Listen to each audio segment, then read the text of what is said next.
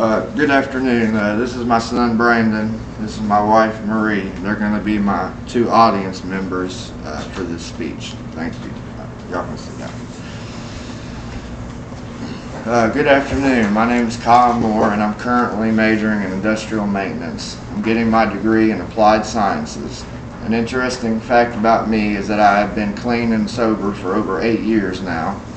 I'm a recovering addict that went from being homeless and jobless to having my own home and having a career in maintenance. I have full custody of my son and was able to just watch him graduate high school. I've worked really hard to give him and my stepchildren a safe and loving home. The title of my journal is Growing Through Communication. This semester in com252 has been a meaningful journey, where I've learned not just theories, but real tools to help me become a more mindful and effective communicator.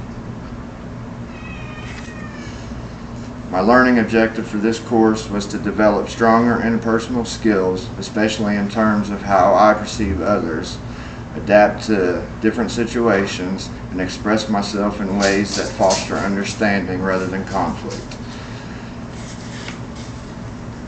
My favorite chapter from Units 1 and 2 was Chapter 3, Perceiving Others. This chapter really stood out because it made me realize how often we base our communication on assumptions before.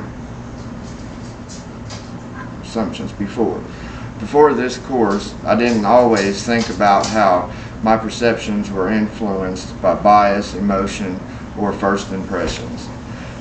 I connected strongly with the idea of attribution, like how we assign causes to people's behavior and the risks of stereotyping. I've caught myself making snap judgments based on very little information. Learning about perception checking helped me slow down and seek clarity before reacting. As Beebe and Ivy point out, asking questions and paraphrasing what you think someone means can prevent a lot of misunderstandings. I also read an article from Very Well Mind by Cherry, which explained the self-awareness is essential in managing our automatic perceptions and improving our communication. This chapter I struggled with the most was Chapter 5, Understanding Culture. I didn't dislike it, but it challenged me the most. It made me aware of how limited my understanding of other cultures really was. It also made me reflect on cultural differences that I hadn't paid much attention to before, which was uncomfortable at times.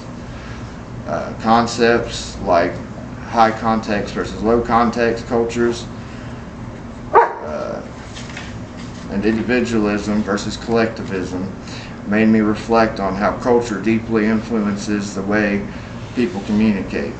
I used to assume that everyone sees eye contact or silence the same way I do, but they don't. Even the idea of ethnocentrism, the belief that one's culture is superior, was uncomfortable to confront, but important.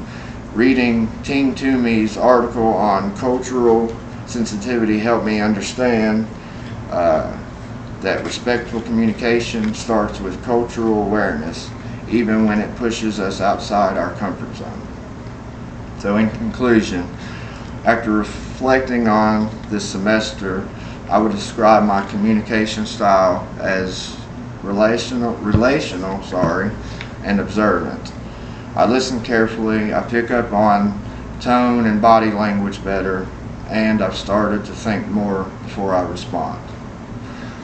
What I've learned is that perception and culture both shape our communication, whether we realize it or not.